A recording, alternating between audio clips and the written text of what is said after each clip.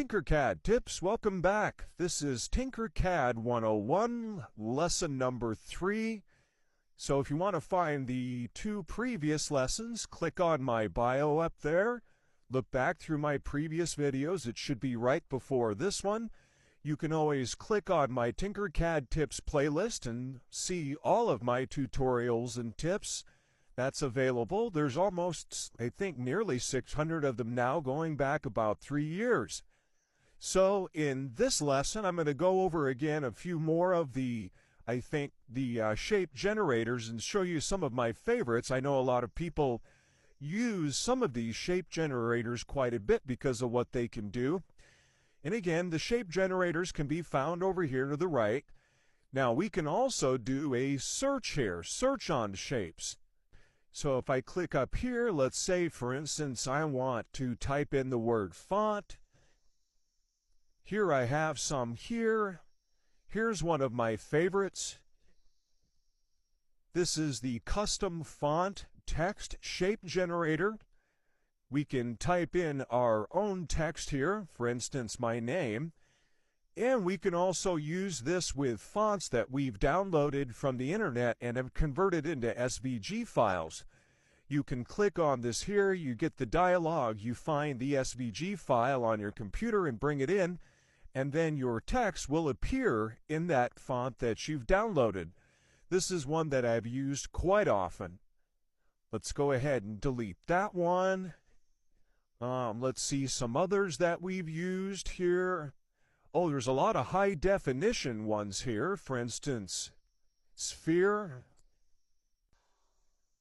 There's a high definition sphere. So unlike the standard sphere, this one's much more smooth. So as you increase the size of it, it has more sides on it and will be a little bit more smooth than normal. For instance, you can even increase the resolution here so it gets crazy detailed. That one's pretty popular. Another one that I like to use is SVG Revolver. That's this one here. Bring that out. This one is used with SVG files. You find an image, you convert that into an SVG. You would plug that in here where it says choose one, picture or choose one. You would select that SVG, and then that image, your SVG image, becomes this broadside part of it here.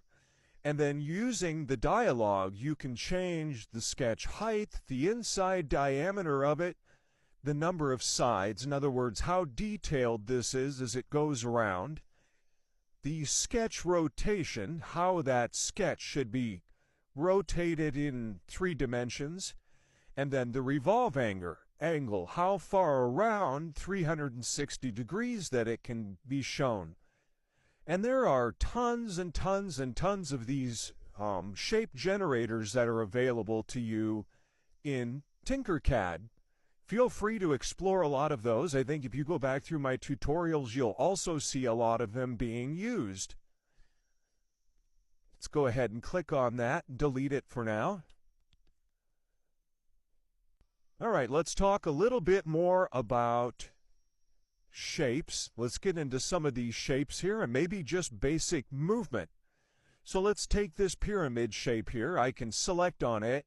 Now using my left mouse button, I can cursor over that shape and I can drag it around just by moving it here. Now based on the fact that my snap grid down here is set to 1 millimeter, each movement that I do, and I'll zoom in here, will be done in 1 millimeter increments. Okay? If I change my snap grid to, say, 0.5 millimeter, then all of those movements are done 0.5 millimeter at a time. The other way to move objects around instead of using the cursor is by using the cursor keys on your keyboard.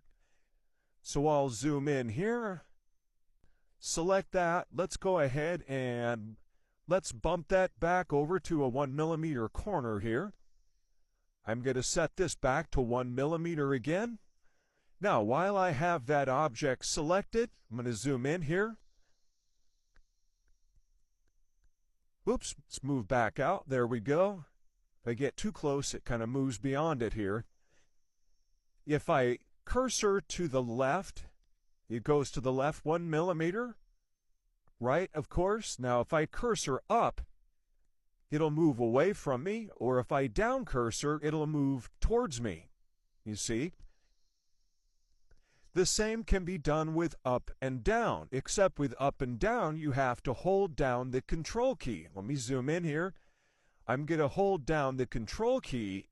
If I cursor up, it will move up 1 millimeter, 2 millimeters. Going down is the down arrow. So you can also move with that. Now, another feature that they give us is using the shift key. If you hold down the shift key when cursoring, it'll do so in increments that are 10 times whatever the snap grid is. So if I hold down the shift key and cursor to my left, that'll move left 10 millimeters. That's right 10 millimeters, back 10, forward 10. If I change this to a half, by holding the shift key, that's 5 millimeters. Same with up and down. If I hold Control, Shift, and then cursor up, moves up by 5, down by 5. You can even move things below the work plane. Okay?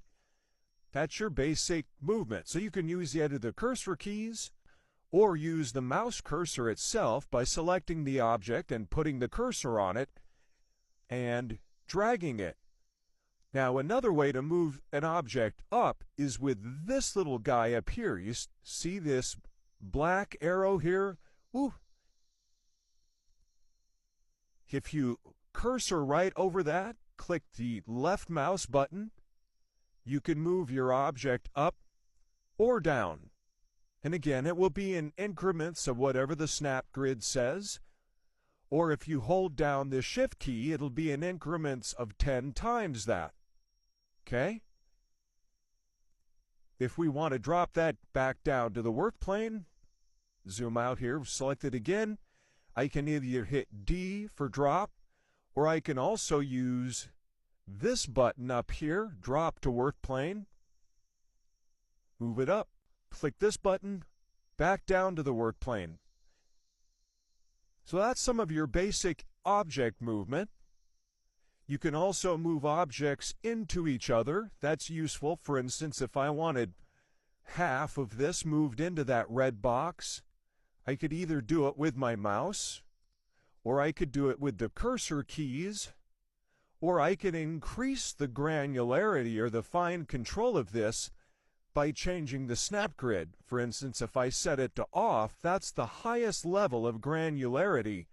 And now when I use my keyboard cursor keys, it's moving very, very little at a time. See up here, whoops, hard to focus in on such a small spot here. So that's basic object movement. You can move things with your mouse by using the left mouse button, or you can use the cursor keys in unison with the snap grid. All right, so this is going to be the end of Lesson 3, I guess it is.